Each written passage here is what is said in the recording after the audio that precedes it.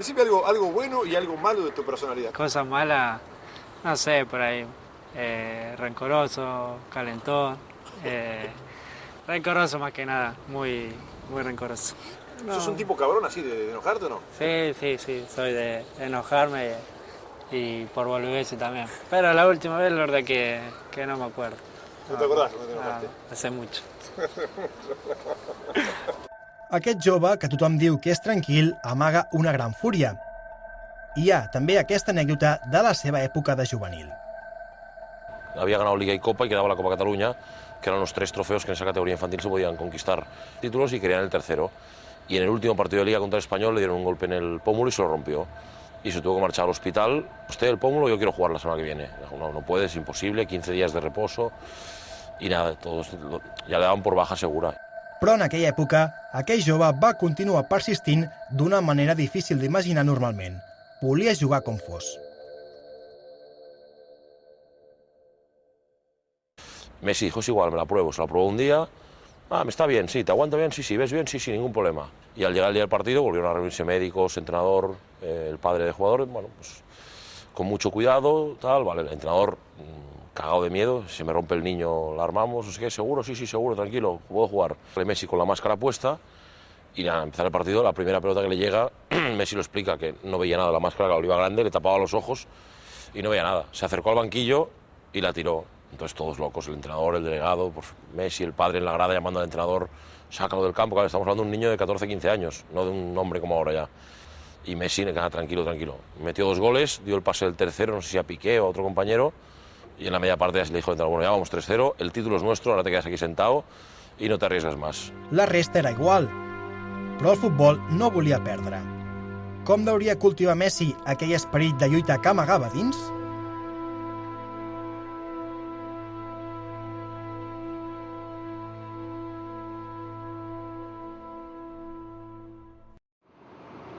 Argentina, Amèrica del Sud, a 5 hores de la capital, Buenos Aires, i a la terra on va néixer Messi.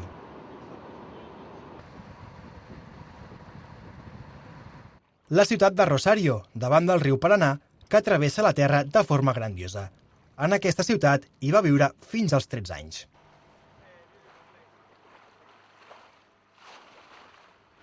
Amb més d'1 milió d'habitants, és la segona ciutat de l'Argentina en població. El centre d'aquesta urbe, coneguda per ser el lloc de naixement del revolucionari Che Guevara, és bulliciós i ple de gent.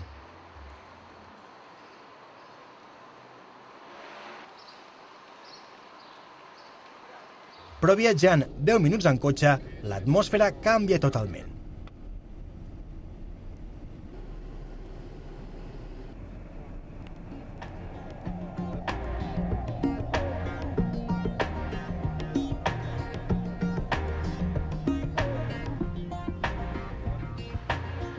Aquest és el districte de les Heres, on va créixer Leo Messi.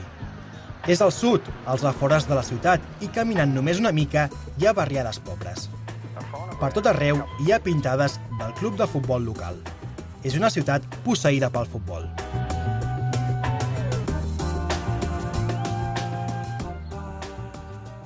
Messi jugava amb els seus 2 germans grans en aquest carrer i des que va tenir ús de raó, xutar una bola va ser per ell una cosa natural. Les Heres, l'escola primària del districte, l'escola de Messi. L'edifici està més o menys com quan hi estudiava el jugador. Vam parlar amb Andrea, la seva tutora. En el número 12 está Lionel Messi, que como verán era un alumno, pero su gran pasión siempre fue...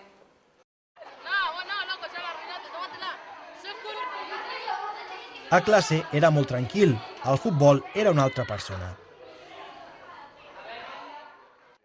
Leonel era un chico muy tranquilo, de participar poco en clases por allí, no era de destacarse, sí, pero sí de participar poquito. Y después en el patio, recuerdo en el patio verlos jugar, me recuerdo esa imagen de correteando con la pelota en el patio, como lo ves jugar ahora en la selección o en los partidos que juega.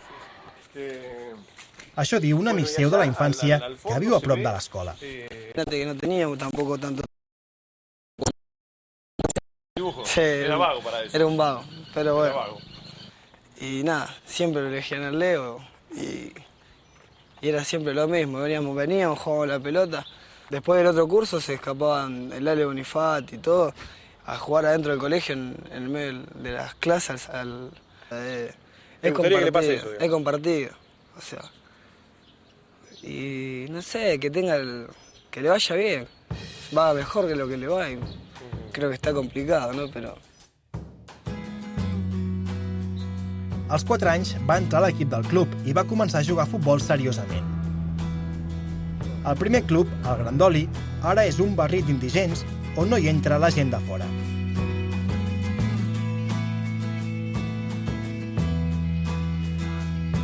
La seva estampa, marxant dels contraris amb el dribbling, és igual a la que fa servir actualment.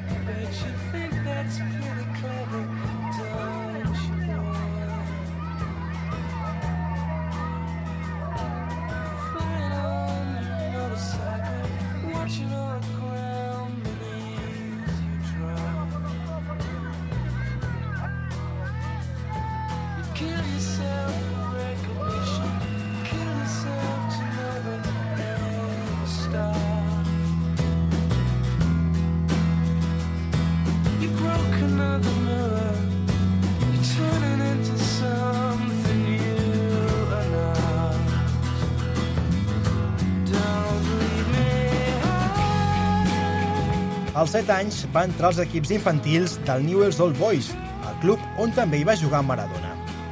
Cada dia havia d'anar fins al camp d'entrenament, allunyat de casa seva.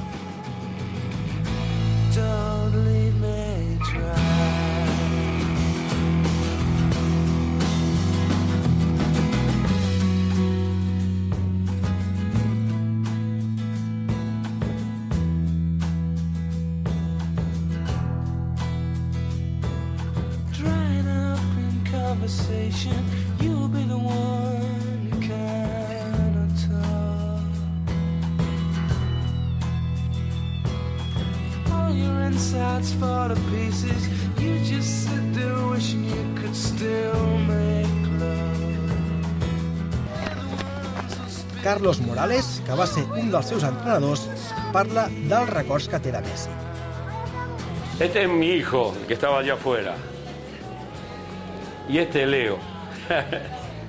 Tenía una condición que todavía la sigue manteniendo, ahora un poquito por allí en la profesionalidad se va cambiando eso, pero era muy humilde y jugaba muy en equipo. Siempre se acuerdan los técnicos hasta de otros clubes que me dicen, ¿te acordás? Pues me dicen Cabezón. ¿Te acordás, Cabezón, cuando lo dejaste al Leo en el banco y casi te mata? Encara que canviés l'equip, la força de Messi sobresortia.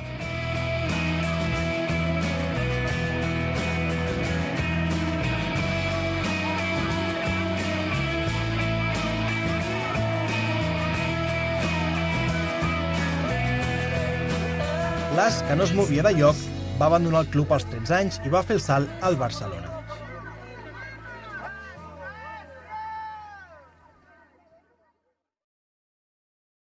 Y por un tiempo largo no tuvimos contacto. Yo perdí el contacto al punto de que sabía de él porque un buen día y le escribí.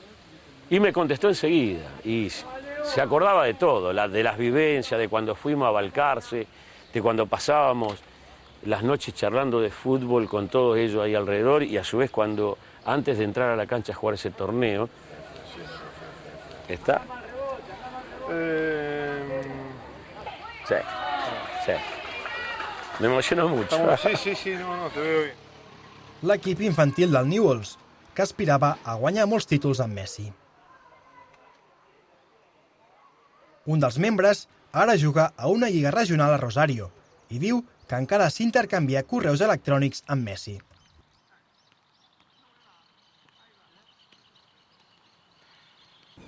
Bueno, este cuadro acá, la foto esta es en el año 96 cuando salimos campeones. Yo acá, este soy yo, el arquero, de la remera diferente. Y Leo está acá abajo. Yo veía todo de atrás, o sea que a Leo le veía la jugada. Era... Verlo jugar a Leo es... qué sé yo, ¿cómo te lo explico? Ya se veía venir lo que iba a hacer él, no sé si me explico. Ya al verlo jugar, uno sabía que iba a llegar lejos a donde llegó. Porque siempre fue el diferente. Porque a él no le gusta perder ni a la bolita. No, ya te digo, perdíamos un partido y se iba llorando de la cancha. Y sabe cómo es él, sabe que es una persona muy humilde, por demás de humilde. Y uno lo que le pone contento es que nunca se olvidó de sus amigos, ¿no es cierto?, de chico. Que él a eso lo siguió valorando y por ahí no passa con muchas persones eso hoy en dia. Tenia un talent que tothom podia veure i dedicava tot el dia al futbol. Amb els seus pares, els 2 germans i la seva germana eren 6 de família, en una llar que no era rica, però sí afectuosa. Però aleshores va passar una cosa que va omplir d'ombra aquells dies. Con 11 años ya empecé a hacer unos... El problema era que bueno, tenía la hormona dormida y eso hacía que el proceso de crecimiento era más lento. Quizá cuando tenía que estar en la estatura de un pibe de 11 años, tenía la estatura de 8 o 9 años. D'aquella forma, el seu cos no creixeria. Per aquell nen que volia ser futbolista, allò era una sentència massa dura. No hubiera crecido porque justamente lo que tenía Leo no era un retraso constitucional de crecimiento y desarrollo. Leo no era un madurador lento, que es una forma un poco más lega de llamar a esto, sino que él tenía un déficit hormonal que no le hubiera permitido alcanzar su talla definitiva si no lo corregía. Els pares de Messi parlen sobre la situació quan van descobrir aquella anomalia en el seu cos. Bueno, obviamente siempre le hacíamos las revisiones médicas, siguiéndolo y siempre con la esperanza de que él iba a crecer, que era un crecimiento lento, pero cuando se fueron haciendo estudios más profundos se descubrió que él tenía un problema y sí, eso causó un impacto. No, él ni sabía de qué se trataba, él sabía que tenía que hacer un tratamiento y iba cambiando las piernas día a día. Van començar el tractament, però les despeses que suposava seguir-lo no podien pagar-se amb el sou de la fàbrica del pare. Llavors, com caiguda del cel, els va arribar la notícia de les proves del Barça. Deien que els ajudarien a seguir el tractament. El nen va decidir que aniria a Barcelona i aleshores els pares van decidir que ells també se separarien de la seva terra on estaven acostumats a viure. La família sencera, amb tots 6, van prendre el viatge per donar suport al somni de Messi.